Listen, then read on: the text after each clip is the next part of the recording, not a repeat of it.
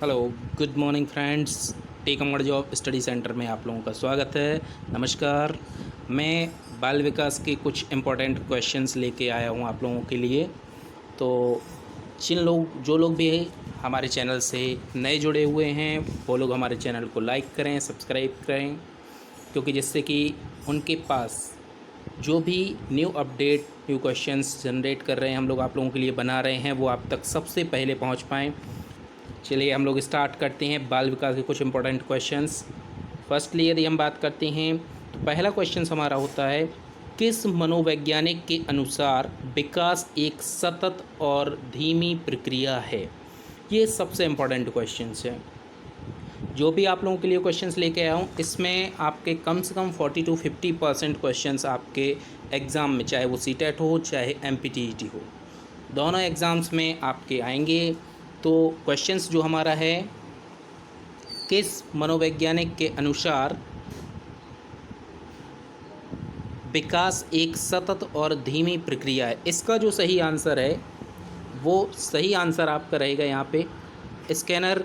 यदि हम बात करते हैं तो यहाँ पे हमारा सही आंसर जो रहेगा वो रहेगा स्कैनर। फिर हम नेक्स्ट क्वेश्चंस की यदि बात करते हैं तो नेक्स्ट क्वेश्चन हमारे यहाँ पे जनरेट होता है, बाल्यावस्था होती है। सबसे मेन कॉन्सेप्ट यदि हम बात करते हैं तो बाल्यावस्था कई लोगों ने हमें बताया है 5 वर्ष से स्टार्ट होती है, कई लोगों ने बताया 6 वर्ष से स्टार्ट होती है। अलग अलग राइटर्स अपने अपने व्यू देते हैं, लेकिन यहाँ पे यदि हम बात करते हैं, हमें सबसे मेन कॉन्सेप्ट ये याद रखना है कि बाल्यावस्था लास्ट इसका जो स्टेज है वो क्या होता है, वो जो लास्ट स्टेज है वो हमारा यहाँ पे होता है 12 वर्ष तक, यानी इसका सही आंसर होगा सेकंड। फिर इसके बाद हम बात करते हैं नेक्स्ट थर्ड क्वेश्चन हमारे यहाँ पे जनरेट होता है, व्यक्तित्व विकास की अवस्था है। व्यक्तित्व विकास यानी पर्सनालिटी डेवलपमेंट। इंग्लिश में यदि हम इसकी बात करते हैं तो पर्सनालिटी डेवलपमेंट, हिंदी में हम इसको बोलते हैं व्यक्तित्व विकास। तो व्यक्तित्व विकास की जो अवस्था है, व्यक्तित्व विकास की जो अवस्था है वो क्या करता है हमारे यहाँ पे, पहला ऑप्शन आपको दिया है व्यक्तिवृत्त अध्ययन, उपचारात्मक अध्ययन, विशेष अध्ययन और अधिगम्य वृद्धि।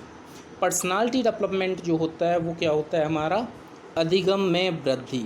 इसका जो फोर्थ ऑप्शन होगा वो राइट रहेगा। नेक्स्ट फोर्थ क्वेश्चन, तनाव और क्रोध की अवस्था, ये सबसे इम्पोर्टेंट है। तनाव और क्रोध की अवस्था, सबसे ज़्यादा स्ट्रेस और सबसे ज़्यादा गुस्सा किस एज में लोगों को आता है।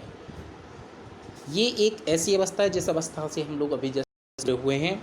तो इसका जो आंसर है वो हो जाएगा आपका किशोरावस्था। नेक्स्ट फिफ्थ क्वेश्चन की यदि हम बात करते हैं तो यहाँ पे हमारा फिफ्थ क्वेश्चन जनरेट होता है, अधिगम को प्रभावित करने वाला व्यक्तिगत कारक है। अधिगम को प्रभावित करने वाला व्यक्तिगत कारक है। अधिगम यदि हम बात करते हैं तो अधिगम यानी सीखना, लर्निंग प्रोसेस या लर्निंग की हम बात करते हैं। तो अधिगम को प्रभावित करने वाला जो व्यक्तिगत कारक है वो है हमारा परिपक्वता और आयु। यदि हम जितने मैच्योर होंगे उसी हिसाब से हम सारी चीज़ों को लर्न कर सकते, गेन कर सकते, सीख सकते हैं। नेक्स्ट क्वेश्चन, एक बालक की बुद्धि लब्धि 150 है तो वह बालक है। एक बालक की बुद्धि लब्धि, तो हम लोगों को अलग अलग राइटर्स, यदि आप लोगों ने कभी पढ़ा होगा कि 120 से ज़्यादा, 140 से ज़्यादा, तो यहाँ पे क्वेश्चंस में दिया है कि एक बालक की बुद्धि लब्धि 150 है तो ये 120 से भी ज़्यादा होगी और 140 से भी ज़्यादा होगी। तो ये जो बालक होगा वो कौन सा होगा, वो होगा हमारा प्रतिभाशाली बालक। ओके। नेक्स्ट बुद्धि लब्धि, ये सबसे इम्पॉर्टेंट है। बुद्धि लब्धि की यदि हम बात करते हैं तो बुद्धि लब्धि जो क्वेश्चंस या बुद्धि लब्धि के लिए विशिष्ट श्रेय किस मनोवैज्ञानिक को दिया जाता है। ठीक है, इसके लिए हमारा आंसर तो होता है स्टर्न। बट आईक्यू की यदि हम बात करते हैं तो ये जो आईक्यू का क्वेश्चंस ये जो हो जाता है, यहाँ पे यदि हम यहाँ पे मान लें कि मानसिक आयु बटे वास्तविक आयु, यदि ये क्वेश्चंस आता है तो हमारा जो स्टर्न है, स्टर्न का जो रहेगा वो आपका कन्फर्मली सही रहेगा। बट यदि इसमें हमें IQ का फॉर्मूला जो रहेगा वो मानसिक आयु बटे वास्तविक आयु इंटू 100 रहेगा, तो ये जो क्वेश्चंस हो जाएगा इसका जो आंसर हो जाएगा वो हो जाएगा हमारा टर्मन। वो ये जो फॉर्मूला है ये किसने दिया है? ये टर्मन ने दिया है। ओके, और इसके पहले जो दिया हुआ था वो किसने दिया हुआ था? वो दिया हुआ था स्टर्न ने दिया हुआ था। वो हमारा जो क्वेश्चंस रहेगा वो किसने दिया हुआ था? स्टर्न ने दिया हुआ था। ओके, नेक्स्ट क्वेश्चंस पे हम जा रहे हैं, 8th क्वेश्चंस। तो यहाँ पे यदि हम बात करते हैं जीन पियाजे के संज्ञानात्मक विकास सिद्धांत के अनुसार संवेदी क्रियात्मक अवस्था होती है।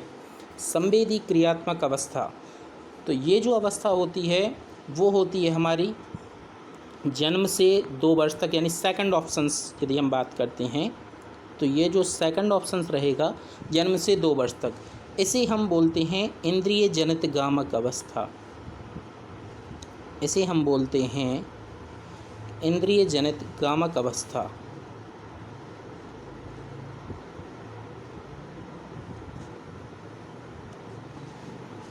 इंद्रिय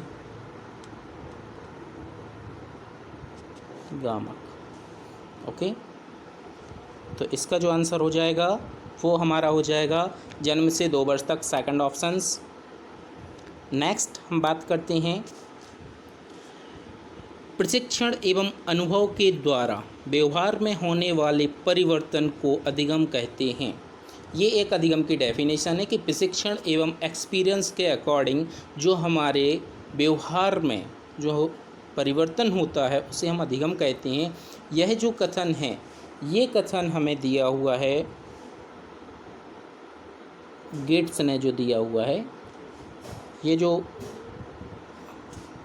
रहेगा वो हमारा आंसर रहेगा यहाँ पे गेट्स ने। ओके, नेक्स्ट क्वेश्चंस पे हम लोग चलते हैं। लास्ट क्वेश्चन है अभी इस सेशन का। तो अधिगम प्रतिफल का तात्पर्य है, अधिगम प्रतिफल, अधिगम यानी सीखने का। तो यहाँ पे यदि हम क्वेश्चंस के अकॉर्डिंग ऑप्शंस को डिस्क्राइब करें, शिक्षक की शिक्षण विधियों में परिवर्तन, ये तो बिल्कुल नहीं होगा। पाठ्य वस्तु का परिमार्जन, ये भी नहीं होगा। कोई परिवर्तन नहीं, अभी एक और ऑप्शन रह गया उसको भी हमें रीड करना पड़ेगा। तो यहाँ पे यदि हम उस ऑप्शन को भी रीड करते हैं, बालक के व्यवहार में होने वाला परिवर्तन। यदि हम अधिगम की बात करते हैं तो अधिगम की डेफिनेशन ही ये होती है कि हमारे जो नेचर में, यानी बालक की बात करें या किसी की भी बात करें, तो उनके व्यवहार में, उनके नेचर में जो चेंजेस होता है उसे क्या कहते हैं हम लोग? अधिगम। तो इसका जो राइट आंसर हो जाएगा वो हो जाएगा यहाँ पे,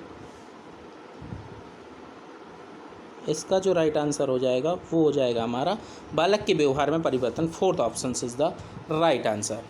ओके, तो thanks to all students, please like and subscribe करें हमारे चैनल को, और जो भी इम्पोर्टेंट क्वेश्चंस हैं आगे सारे वीडियो आप लोगों को इसी तरीके से दिए जाएंगे।